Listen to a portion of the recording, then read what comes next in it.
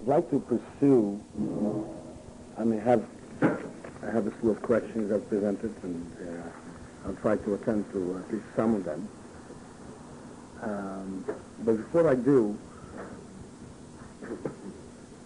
I would like to develop, so to speak, the basic definitions of marriage as we started in the previous session.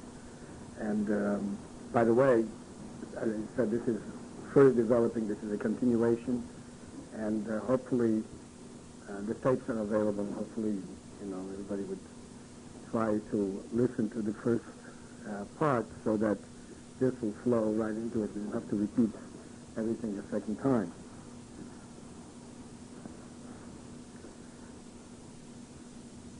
The basic principle that we are building on is the understanding that this institution of marriage is not man-made. This is something that God himself has devised.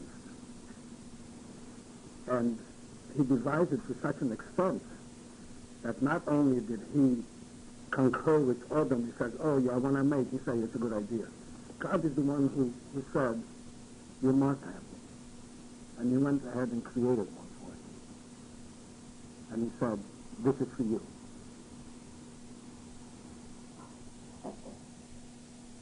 And immediately after that, the Torah says that thereby, as a result of this, the Torah describes very briefly, but very profoundly, and as everything in the Torah is. Man leaves his father and mother's home, and he becomes one with his wife, and they go up and set up a new world. This is how God meant it to be. And this is basically what we have discussed in the previous session, and I want to further develop how this reflects itself in their behavior to each other and their relationship to each other.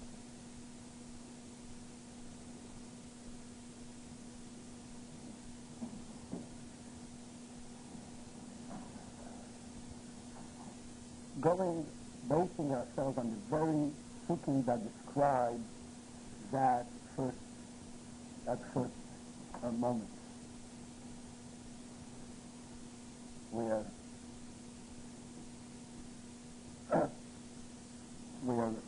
Hashem goes and creates Chava, and he presents Chava to Abba. This on?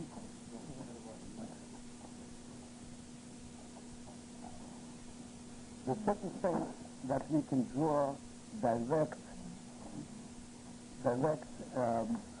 teachings, direct, so to speak, direct descriptions of what is happening here. First thing is, Chava was not created separately, as a separate entity. Like all other creatures were created to start with, a male and female. Not Chava, not Adam and Chava. There was only one Adam. And then Hashem said, this Adam, in order to find his fullest potential, what Adam is supposed to be, he has to act and live it with a partner. And who is this partner going to be? This partner is not going to be someone that I'm going to draw from elsewhere. Because anything that I draw from elsewhere is not going to be a partner for us. The Gemara tells us that Adam tried to find a partner. The interesting matter, he saw all the animals. Not only did he see the animals, but he was able to identify their inner natures and their true personalities to the extent that he was able to give them the proper name that describes what they are and gives them a place in the world. And after all that, he said, I'm less alive.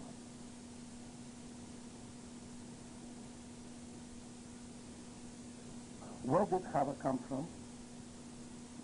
He came from the flesh and blood of Adam himself.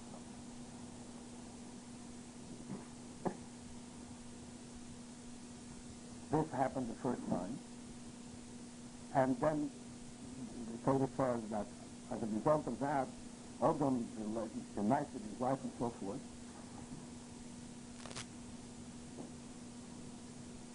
Clearly, since the Torah describes the aftermath and the result of this for all time, that means that for all time, even though after the first Chava, the male and female are born independently, but in reality, they have the same relationship as Adam and Chava. And this is why they're able to unite. Except that then, at that moment, it was very obvious to Adam. He said, this is Etameh Atomeh, this is something from my own flesh, my own bone. Afterwards, it becomes more difficult to identify. But when it's identified, it has the identical meaning, identical relationship.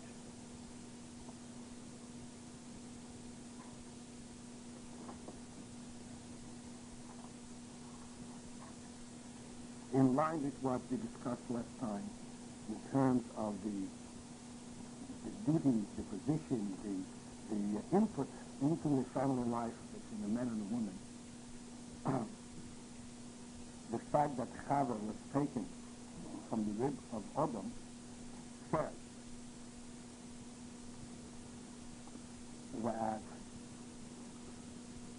Adam is the one who has to provide the meaning and the need for there being a home. He is the source of Chava. He has to have the sense, he has to develop the sense. He not only has, he has inherently a God-given sense and understanding, which he has to dig up in his soul and bring out a purpose in his life and a meaning to this life, and a recognition that this purpose and this meaning cannot be fully accomplished without applying.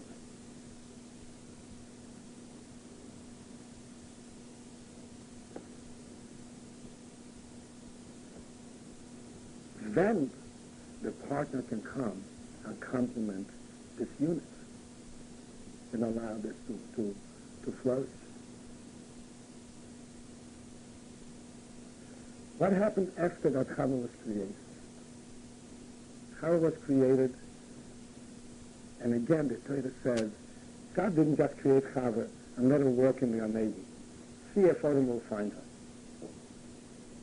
It says in the Torah, Vayivi'eho el ha'odom. He brought Chava to Adam. What does this tell us? For all time. Because every word there is for all time. That regardless of how difficult it is sometimes to find and identify a partner, ultimately, we might talk a little bit later why it is so difficult and uncertain sometimes. But the point is that ultimately, when it happens, we have to know that Vayivi'eho el ha'odom. This is God's presentation to man, to him, and vice versa as well.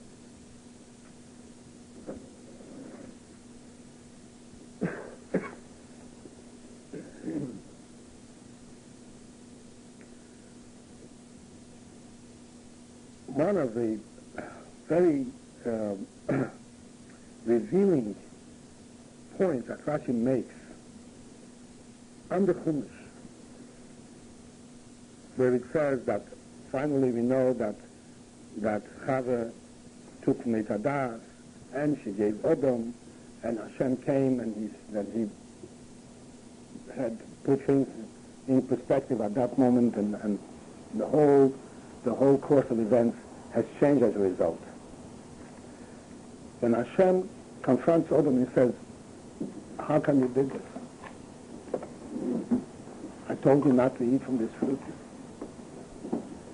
And Adam says, the woman that you provided me with, she's the one who gave it to me. Right? A good alibi. What does Rashi say on this moment, this Rashi? Rashi says, Kan kofa b'toiva. Hashem gave him a gift of a partner who is going to give him support and permit him to build an everlasting life. And he blames, and he immediately turns around and says, it's your fault. Can't go for the place. Everything again in these words pertains to us for all time. This describes to us, directly from the Torah, what is the relationship, how a man is to regard his wife, and how a wife is to regard his husband.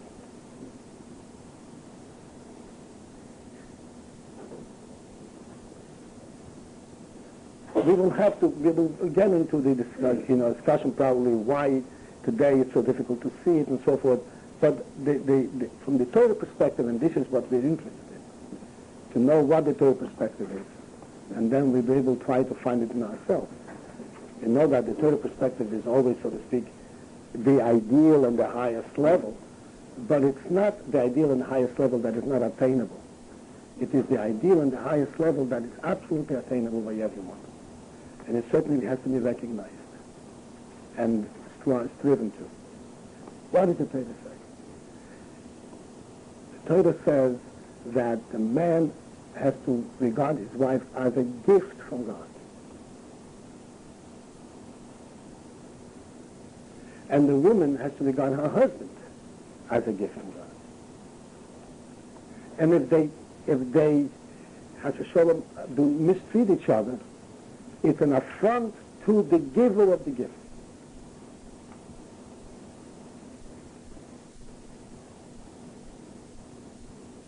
It's not just that they're insulting each other. They're insulting the giver, the one who presented to them. He says, I'm giving you this gift. Without this gift, your life is meaningless. And with this gift, your life is real. And then they go and insult each other. And so, we'll discuss some facets of that.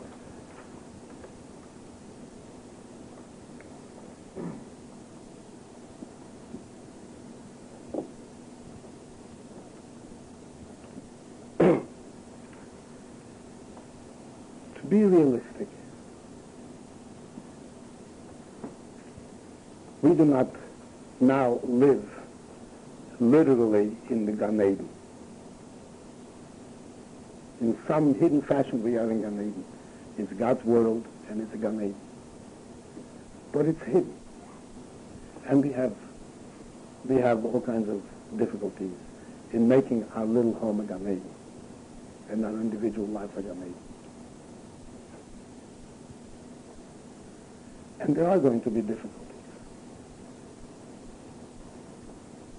It is nevertheless imperative and most important to know what we are really dealing with. What is the significance of this other person in my life? Is this other person someone that I somehow mistakenly, Chas v'Shalom, have decided to make a bond with for life? Or is this something that Hashem has presented me as a gift?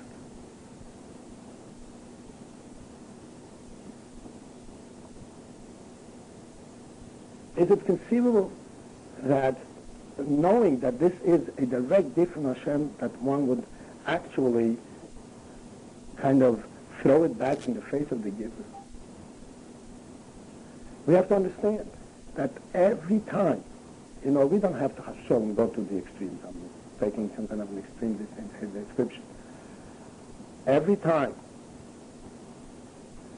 that, like we said last time, argument, that we literally fight, we literally argue, even if it doesn't lead Chas v'sholom to an extreme state, we are in effect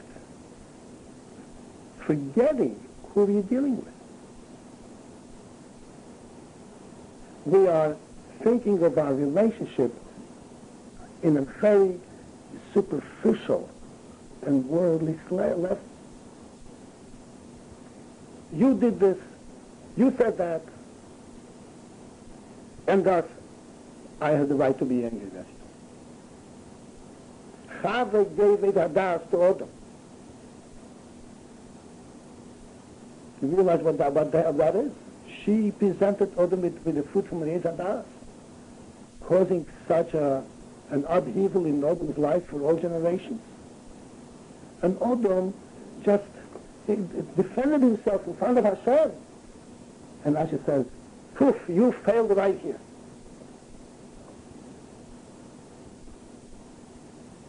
If you ate Mezadas, regardless of whether Chava gave it to you, there is no excuse. If you ate Mezadas, that means that you should have taught Chava right.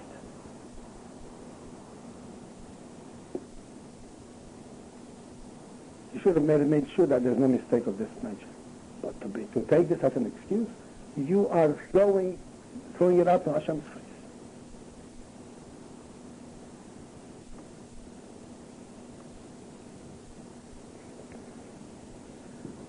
How does one relate to a precious gift? We all have friends. Everyone here is married and got gifts from friends for their marriage. And sometimes the gift does not necessarily have a high monetary value, but it has very, very deep sentimental value. You take out a tichel, a chalatichel, and you always remember, oh, my friend gave it to me.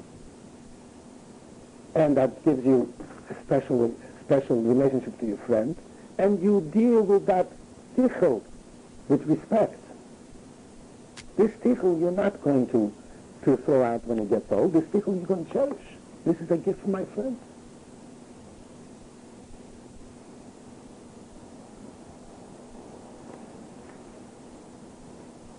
How do we relate to this gift?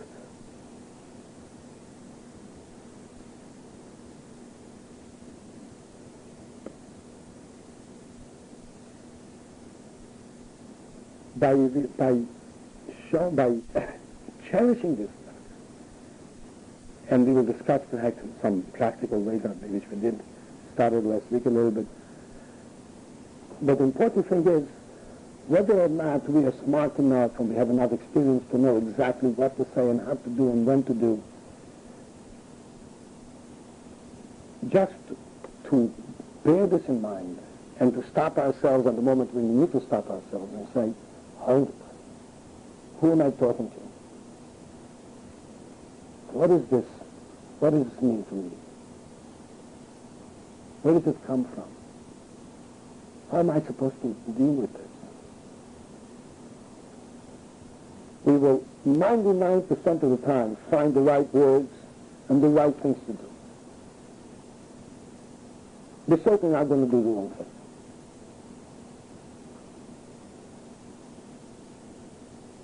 It's a cloud godel b'Torah, that when you know what you're dealing with, you know how to deal with it.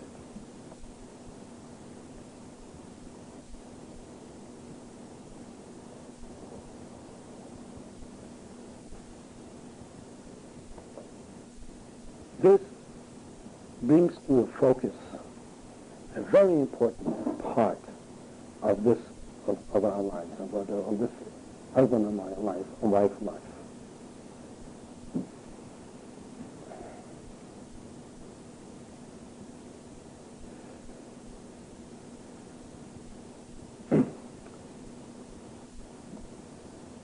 I don't know to what extent, anyone is aware of this question, but this is a question which came to him very often. It's like always a hovering question. We are Chassidish people. We are Chassidim. We are tzaddikim. We're supposed to be above the world, 10 tefachim above sea level. We're not supposed to stoop down to the physical.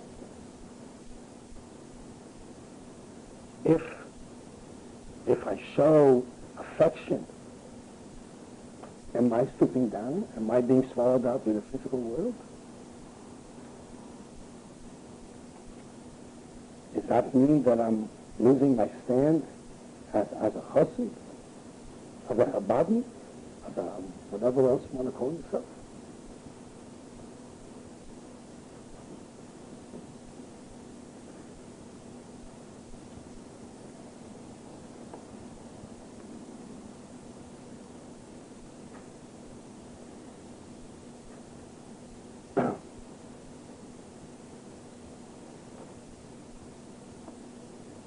Besides the halacha that says, I'm sure you've learned it, that, in terms of how the husband and wife are supposed to relate and so forth, but simply from the principle that we have now started developing, the principle that we have approached it with.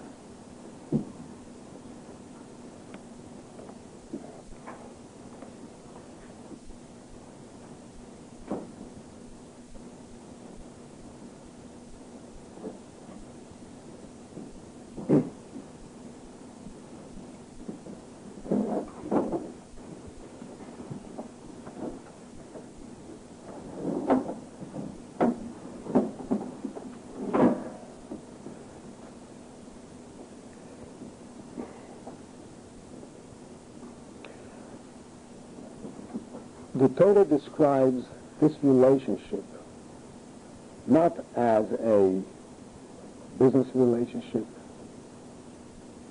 not as a relationship of utilities, but as a relationship that they become one.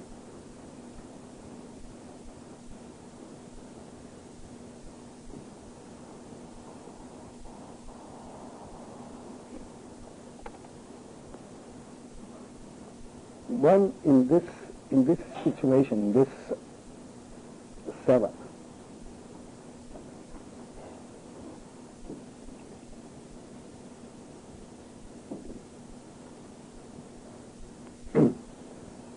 again, from the perspective that this is a godly gift,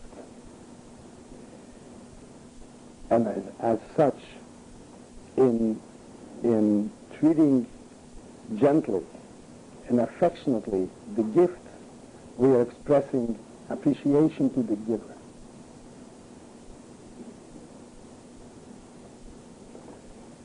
And thus, if we really project it a little further, the exact opposite is true.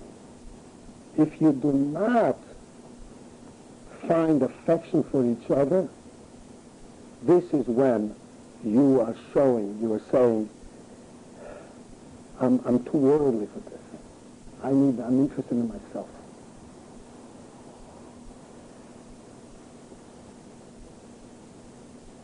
If your life is dedicated with a true meaning to serve Hashem and to show that this is God's world in every step and every which way, then in God's world, everything that God gives is valued, is appreciated. This itself opens up one's qualities, one's emotion, one's mind and heart, and says, I'm not relating to a stranger. I'm not relating to someone who is taking something from me.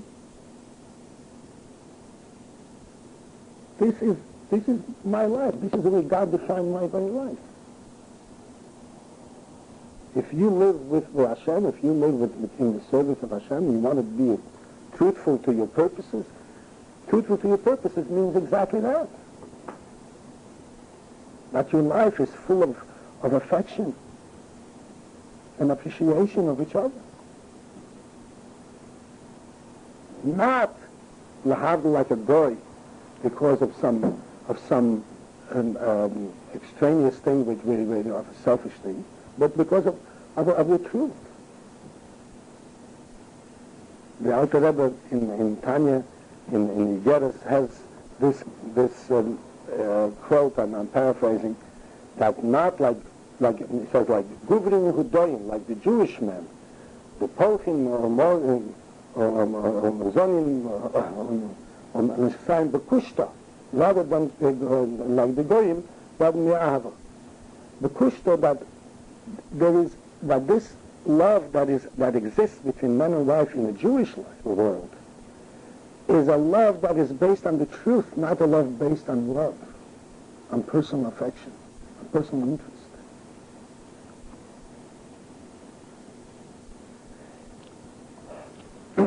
Ahavas Yisrael.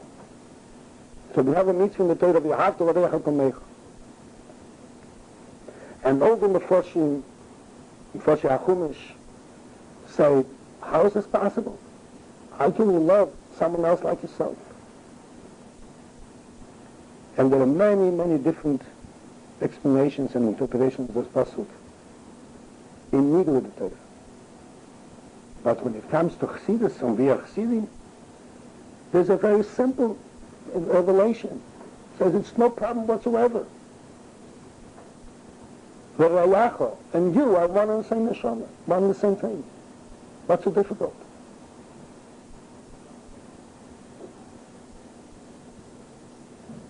The gufim are separate, but if, like the Alter Rebbe says, if you place your neshama ahead of your guf, you have no difficulty in relating to your friend. If you ask him guf and iker neshama teotofel, those two who consider their guf their principal being, and the neshama is only subservient to the guf, they cannot have real ahavas to each other. But by those by whom the neshama is primary, you have no difficulty. So if we want to behave and live like Chassidim, we should have absolutely no difficulty. On the contrary, that is exactly what Chassidus demands. Your life should be based on true meaning, and then there's absolutely no difficulty. On the contrary, there's not a contradiction at all, but just on the contrary, this is what feeds it, this is what opens the heart and the mind.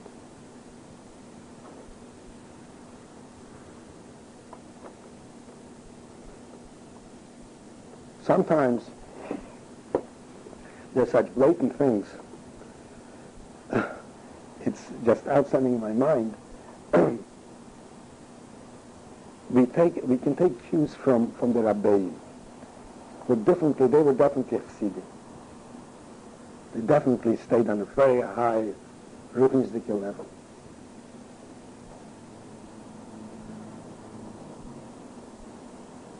The Rebbe Rashab, whenever he traveled, and he traveled a lot, what's called Zagranice, out beyond the Russian border, he always brought back some jewelry to his wife, to the Rebbe. The Friedrich Rebbe, when he traveled, there was one time during his big journey that he traveled throughout the whole world. This was in 1929, 1930. He was in Mexico, he was in America. It was a trip that took almost a year. The Rebbe used to write a letter to the Rebbetzin every day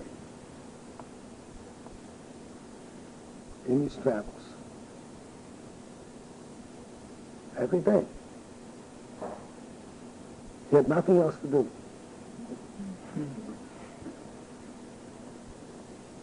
He was vacationing somewhere.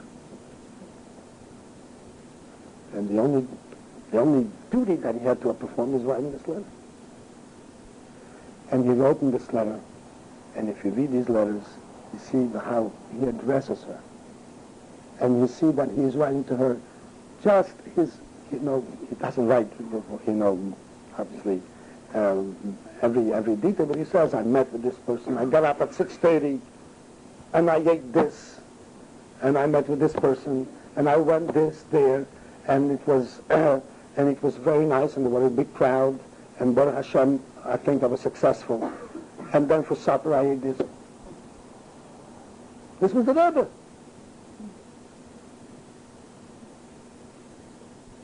And he found not only the time, he found it necessary to write. And when he came that in front of a letter that he writes to her, I remember it for the Kippur before Rosh Hashanah. So he writes to her, I'm writing to you, I'm giving you the bracha for the new year, and I'm receiving your bracha.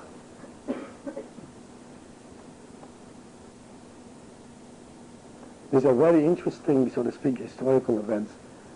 This is a teaching to us. We have to understand this is what the Torah is telling us. We have to understand what we're dealing with. This is for real.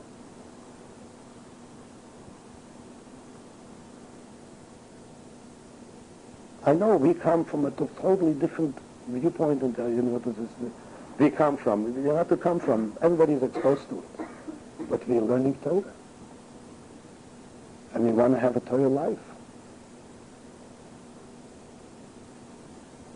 We want to raise our children up with Torah. We want to raise our children up with Torah. You must have a loving and peaceful home. That's the first principle.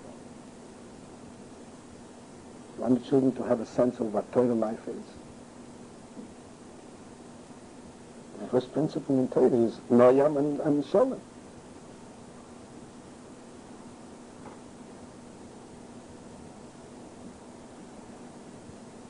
There is nothing wrong, and everything wrong not to show affection to one another and to express affection to one another.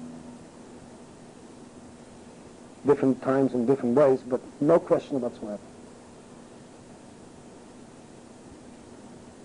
And it's an absolute necessity and absolutely right, especially if you had some words between yourselves, if there was some argument, some bad feelings.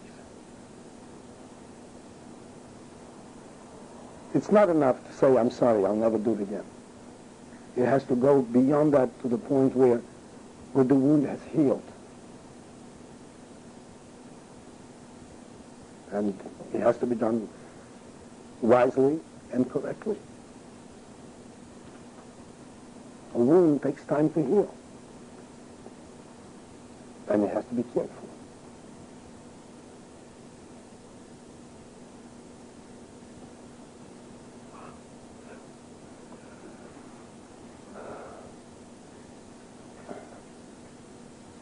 This is basically the principle I want to bring out today.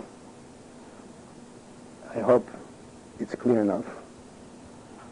If you have any questions on this, really, I would, and this is the most important thing, if you have a principle, you can deal with practical questions. If you don't try to deal with practical questions but you don't know on what basis, then it doesn't hold water. What do I say, and how do I do, and how do I get this, and how do I get this? Where, in what context? How does an employer get his worker to do what he wants him to do? Or how does the husband encourage his wife to do what she has to do, or the wife encourages the husband to do what he has to do? It's a totally different world.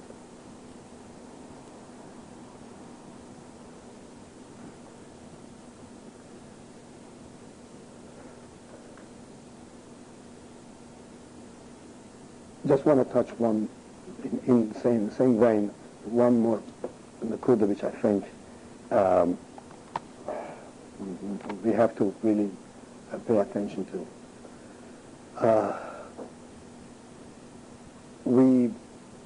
Affection is something which sometimes, or because of some background and because of our backgrounds, because of where we come from, the world we live in,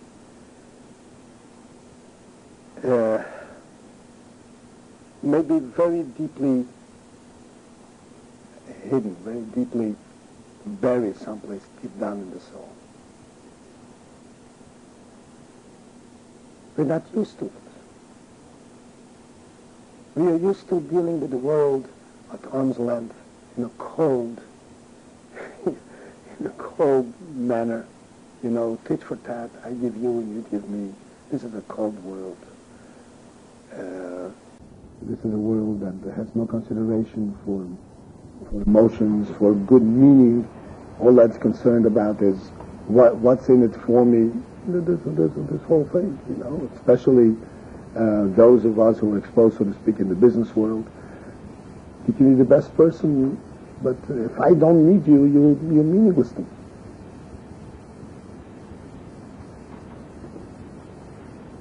We have to know that this is one golden spot, the home, where all that coldness disappears, doesn't exist. This is why this home is called a whole world. This is a world that really lives, has its own life.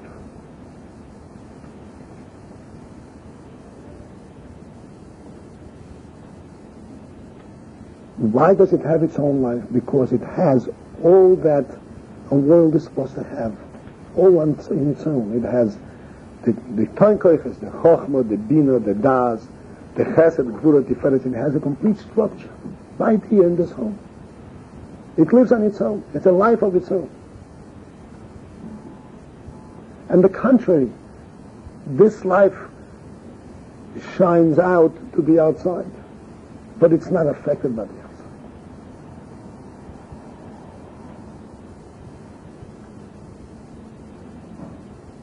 And we have to know that and every effort has to be done, every individual in himself.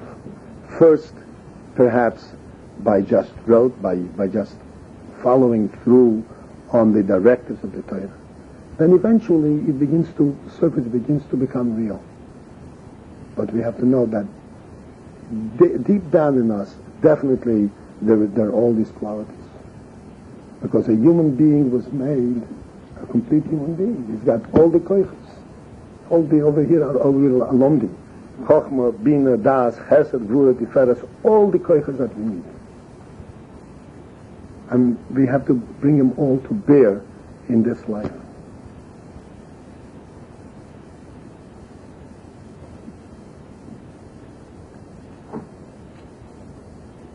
And if we find it difficult, we have to deal with it, and we have to ask Aitzes and go to Mashpiyim, ask how do I bring it out, but it's there and it's incumbent that we bring it out.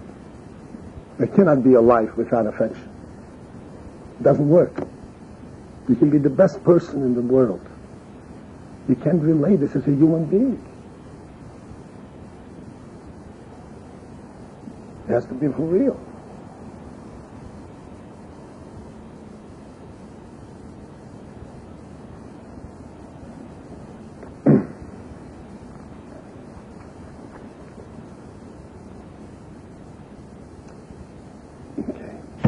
Let me see if I can attend to some of the questions that I thought I should.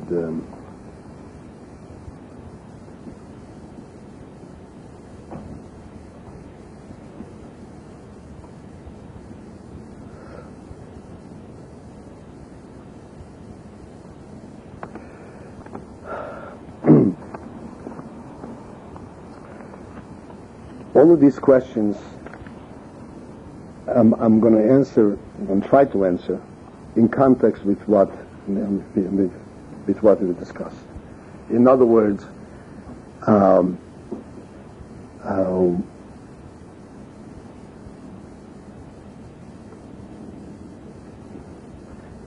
just read you one sentence and it'll just please give me pointers how to ask him for help without nagging. Okay, this sounds good. Okay, now, practically speaking, if you really have a difficulty in finding what to do and how to do it, you will have to turn to a counselor. But in context with what we are dealing with here, how we're describing what this life is about.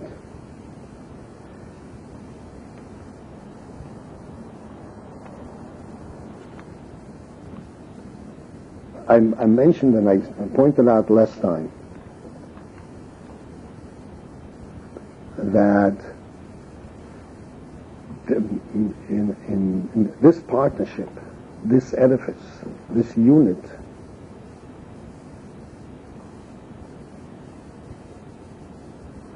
each one contributes and provides a certain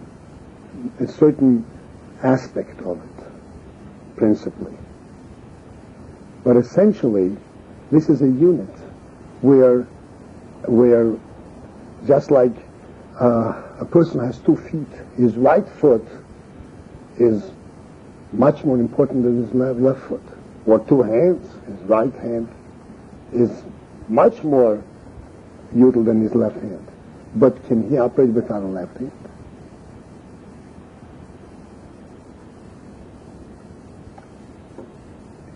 In the work, my point was that in the work in the home, the husband is like the left hand. In the work in Parnosa, the wife is like the left hand. But the right hand needs a left hand. The left hand will never refuse to help out. It will say, that's your job. You right hand, you're supposed to do it. But you're free to do it. Why don't you help out? Not the ones you have to, I can't do it myself. So the whole question, the question is very well taken if there is no understanding on the part of the husband that these are things which are taken for granted. If he's home and he's able to help and his wife needs his help, there's an expression in Yiddish, you have to have a toto shehas, not to go and help. You have to have a heart made of stone not to help. Nobody has to nag, nobody has to even ask for it. If you can help and your wife needs help, how can you not help? How can you watch her labor with, this is your wife? Again, if we have to develop this thought, we have to develop this whole context of our lives. This is not a stranger who has a duty to serve you. You need a way with them, his duty or her duty. So, again, if a husband needs to be nagged to help his wife at the time when she needs his help and he is able to help, then the husband needs a good talking to and to understand that he is completely misunderstanding his life. It's not a question of, I'm saying you can go to a counselor and find the way, what's the statement, how to influence people. But that's not what we're here about. We're here to create a wholesome life where everyone recognizes their place in this life. Not without failure, not without errors, no question about it, forget about perfection. But the reality. If you go to school and you fail, what do? You go take over the test again until you make it. I mean, we have to develop, we have to grow. But we have to know with which direction we're growing. The important thing is a husband who needs to be nagged and needs a good talking to, someone that will explain to him that he is failing not helping his wife in this and that. He's failing in understanding what the situation is. What kind of what he is rejecting here. I'm saying just taking it from what is at face value. And no situation can be judged from a sentence. But generally speaking, from the perspective that I'm coming from, a I'll tell you, I don't understand it. And I fail to find an answer to it. If you can help, if the wife can help in Parnosa, how can she not when the husband is struggling and trying to develop some kind of a niche someplace to build up a Parnosa? And how when the husband can help his wife? As I said, we first and foremost have to learn and to understand that what it means. A husband, what this relationship means.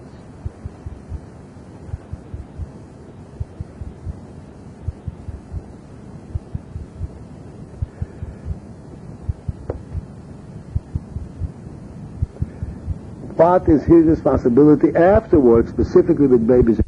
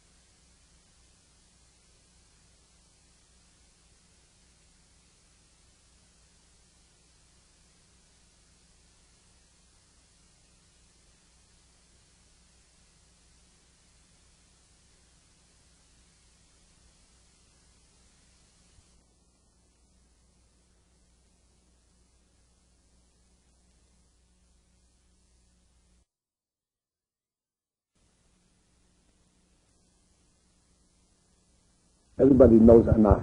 You know, it's a very large family, I'm sure. If you don't, the Afsons was a family of 16 children, way before, way before the whole thing that that Baruch Hashem, the families grew like this. They were the very first, like an elderly couple. They're not here, the original couple. They lived in Detroit. He was a shochet. He was a shochet. He was a lamb. He was actually the sharid. He was a maskell. He was, whatever else titles he had. He used to come home from the shechita, roll up his sleeve, and get right back, right into diapering the pigs. There was absolutely no question about it. And they raised a family of 16 happy, productive children. It's not an easy task.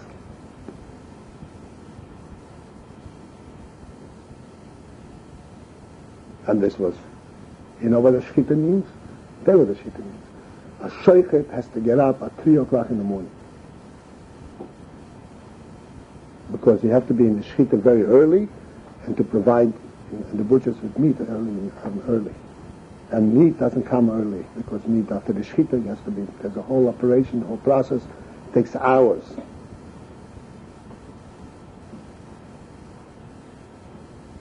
There was not even a question. I'm sure he never went to a Rav and asked, am I supposed to do this or not?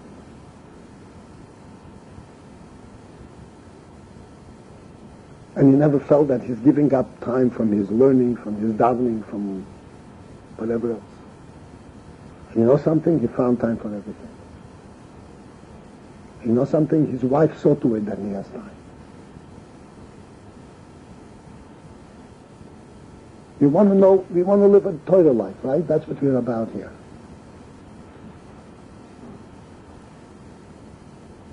This is what a Torah life is.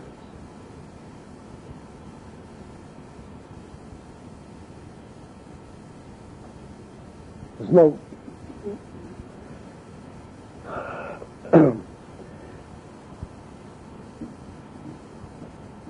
There's one unit. They're both working for the same purpose. Both together.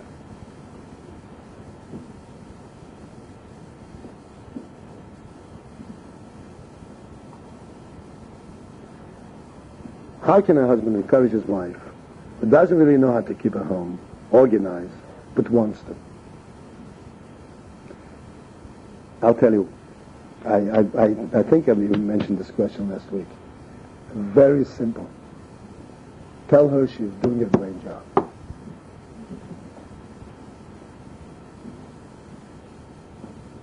And quietly, maybe you can go and take something away that doesn't belong what it is. And every time that she does something more, you say, oh, really, you're getting there. You have to understand, just like everything else, okay, I'm attending to this because this is something in line with what I'm talking about. Every good quality exists in every person. For some reason, it is buried under. It is buried under, and they don't even know about it. They look at things from a different perspective. Let me give you an example. Like in this particular thing, right? The wife who wants to but doesn't know how to do it, that applies to the husband in his own way too. The real quality, the real reason behind it is that she is so self-conscious about it that she can't really get down to feel what she has to do. She's doing it by rote. And when you do things by rote, it comes out clumsy. If she would get to feel that she's in her own home and she doesn't have to answer to anyone, and that her husband will appreciate however it is, because she did it, and anything that she did, he cherishes. This brings out her quality, and she gives her a chance to really get a feel for it.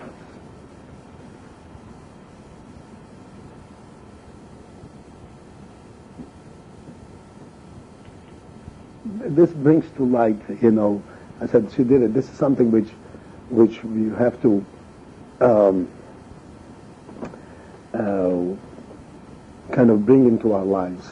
This is a practical thing, but it's very real, and it's very real from a Torah and Yiddishkeit perspective.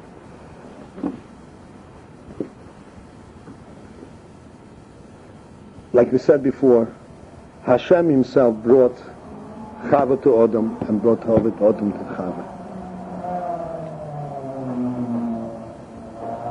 And as far as Adam is concerned, which means as far as any man is concerned,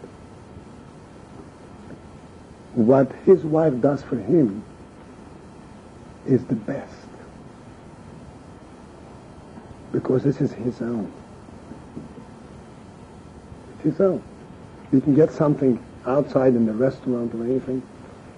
That's just external, that's just taste. But this is mine. This is my real thing. This is my own.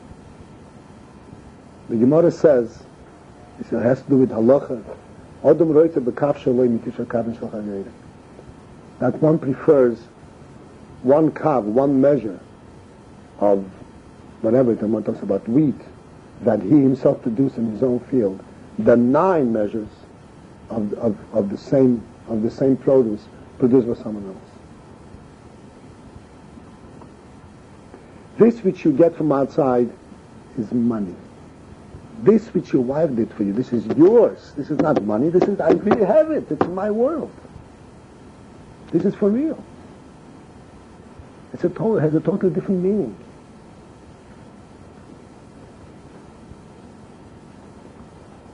This is part and parcel of showing to the Meibershin, I appreciate your gift. This is my world. I'm not looking for anybody else's. This is how the husband and the wife help each other to uncover and to bring out the best qualities that are inherent in their nature, that are there.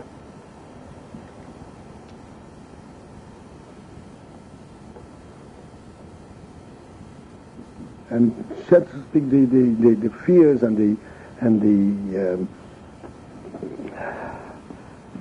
inadequacies that they feel, which are all superficial.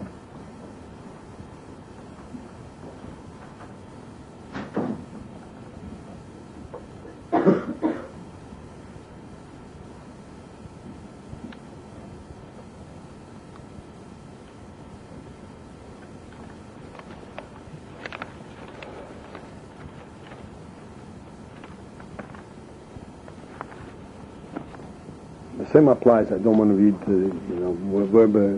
verbatim the question.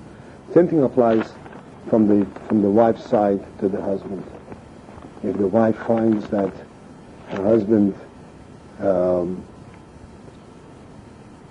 he is not solid in terms of making the proper judgment and decisions and all that,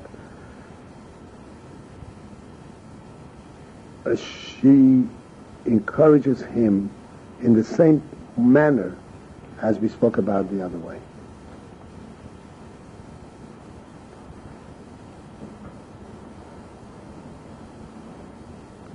If you tell a person, this is wrong, this is the right way to do it. If you tell a child and you guide a child, even a child, it's the same thing. A child, if you want to, so to speak, direct the child in a different way than the child is doing it, you have to direct the child in a way that the child does not feel reprimanded, does not feel that he did wrong. Because if a child feels that he did wrong, he's going to be afraid to do it next time. And if he's afraid to do it, he's not going to do it at all. It's going to, so to speak, stifle his growth.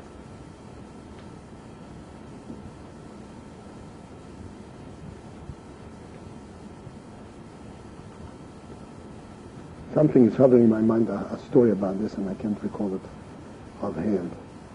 Something exactly to this effect. I'm talking about that from Rebbe. That you have to be careful not to say no, the child is wrong. If you want to direct him, you have to direct him in a way that you're going with him and he sees a better way. And the same thing in wife and husband. I mean, life goes on all the time, and especially when we come with our shortcomings, we come with our fears and all that. To break through, we have to encourage each other to make the mistakes.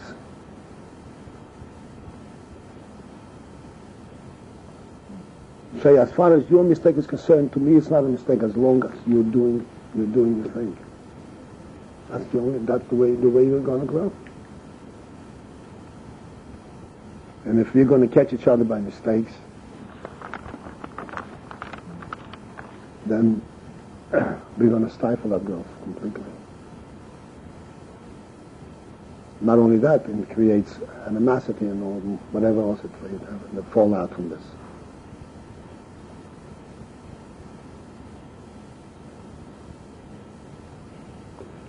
The background of our discussion today justifies this effort, because it says, listen, this is my husband, this is my wife, so obviously that's what I want to do. Not only supposed to, that's what I want to do. And the truth is, as you said before, that as far as you are concerned, whatever my spouse does, that's the best I have. That's mine. Everything else is not mine. Everything else I buy for money. This is really mine. And for me, this is my best. You have to always bear this in mind.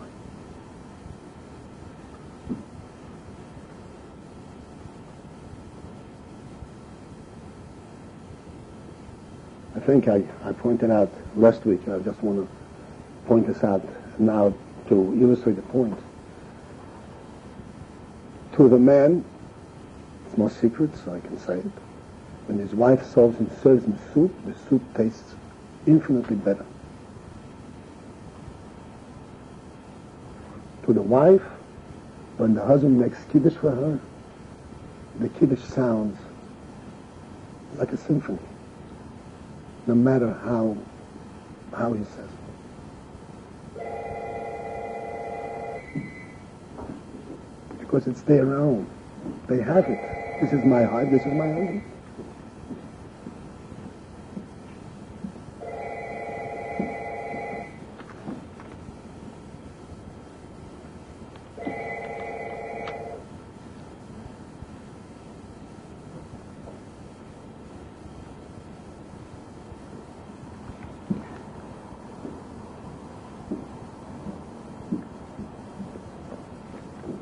This question over here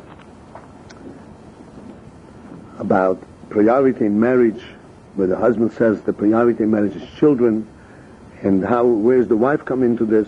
I think we attended to this question quite conclusively today. And priority in marriage is some kind of an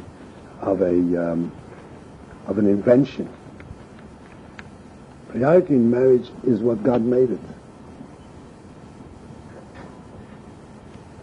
The question is, you have to know what marriage is by God's definition, by Hashem's, by your Torah definition. You did not define this institution. You didn't get married on the basis of your definition. No one got married because of that definition. Anyone who says, I have this definition, but the bottom line is, you must get married. That's the way of the world. It has to be. And then you start giving your own definitions to it.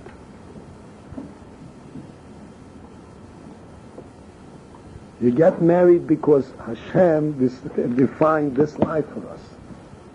And it is now what we have to do, our duty is to understand what God's definition is of marriage.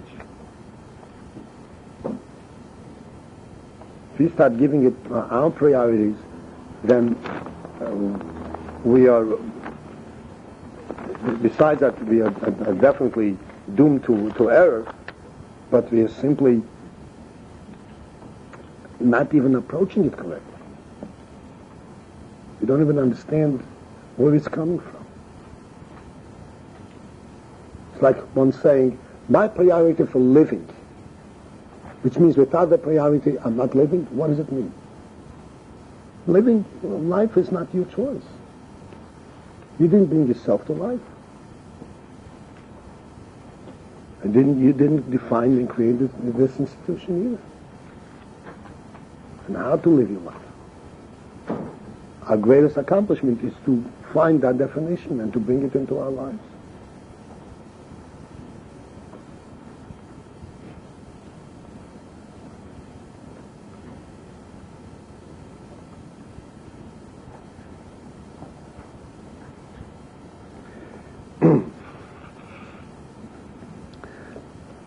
The question of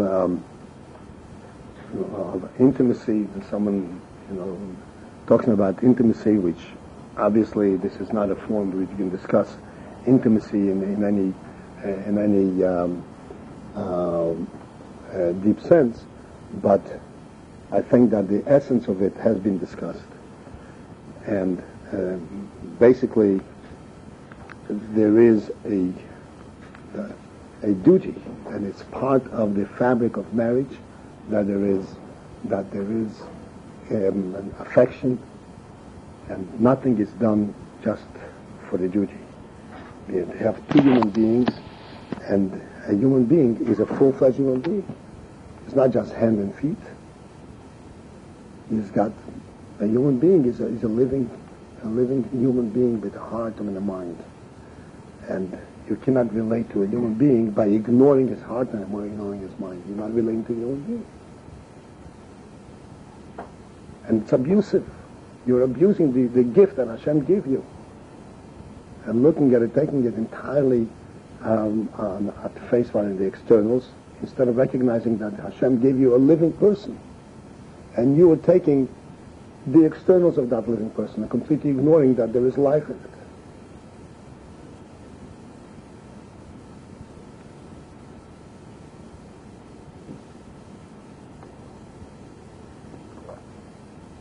Again, since the problems are there, that means that they have to be attended to, and there's misunderstanding and so forth. What I'm saying is that we have to always remember what the principal truth is. And if we have to work on it, we have to work on it. We have to work on it very hard. Sometimes to recognize that the spirit of the human being is more important than the body is not that easy. But we have to definitely work on it and understand. Especially when we come, I said, we have, like the Rebbe calls it, cheshach koful u'mechupel. Cheshach kofel umchupo. Cheshach means darkness.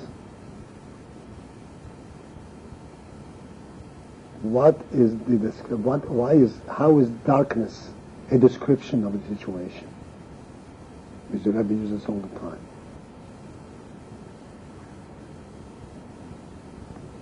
The difference between dark and light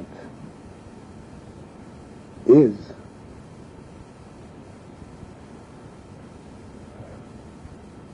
if you have this room, if this room were perfectly pitch dark, you can walk around this room, feel your way around, and be able to identify everything that's in the room. There's a person here, there's a chair here, there's a table here. You identify everything. And when it's light, you can also identify. At a glance, you see everything. Is the difference only that this is at a glance and this will take you some time? No, not at all. The difference is that in dark, you will only recognize individual bodies. You will not see that the life in these bodies, nor will you see that all of these bodies and all these chairs are gathered together in a living session. There is some kind of relationship between this chair and this chair. There is a spirit in this. This is what light is. Light principally lets you see the spirit rather than the physical body of what's going on. The Cheshach kofel umchupo that the Rebbe describes, this darkness means that when you see something, you see the body, you don't see the spirit. And in this darkness, in the Golus, this is what the curse of the Golus is. Cheshach kofel umchupo. And we have to break out and slowly come out of this darkness. First of all, we have to know that the reason we don't see the spirit is not because it's not there, but because we are in the dark. If I don't see the spirit, and I don't see the life, and I don't see the beauty in my spouse, the spiritual beauty in my spouse, that's because I'm in darkness, in an awful darkness. And I have to work on myself to open up my eyes and to see some light.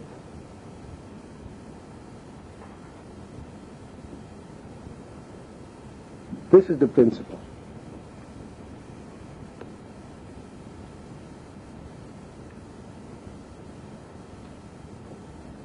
And if we do recognize the spirit in the person, then we are primarily relating to the spirit, relating to the human being.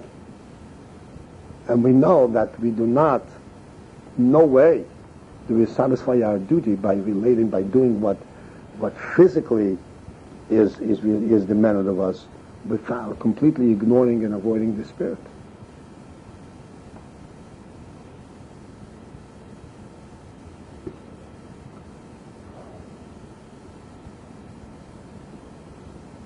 There was an artist here, I'm sure everybody heard, Handel Lieberman. Everybody heard of Handel Lieberman? The Chassidische artist? He was like, he was an elderly person. Lieberman, he is actually a brother of Mendel Futterfass. So he used to say, I don't care how much food you give me, but serve it nicely.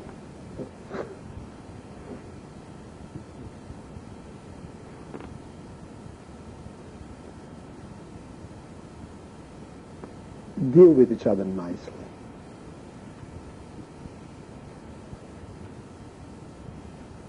Deal with each other's spirit. Deal with each other's neshama. Recognize you're dealing with a human being, with God's gift to you. God gave you a living being, a neshama, in a group. You have to relate to it. This will bring out your neshama.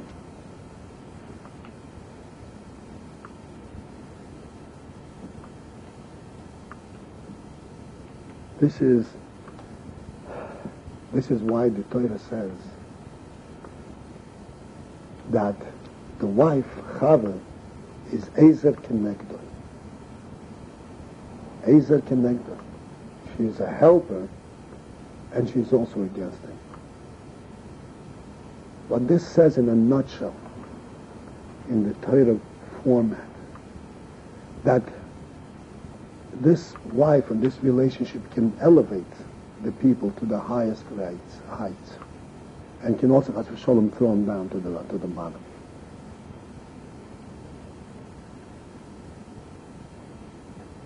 It depends entirely of how they accept it. If they accept it as a gift from Hashem, then it's going to be an infinite Ezer.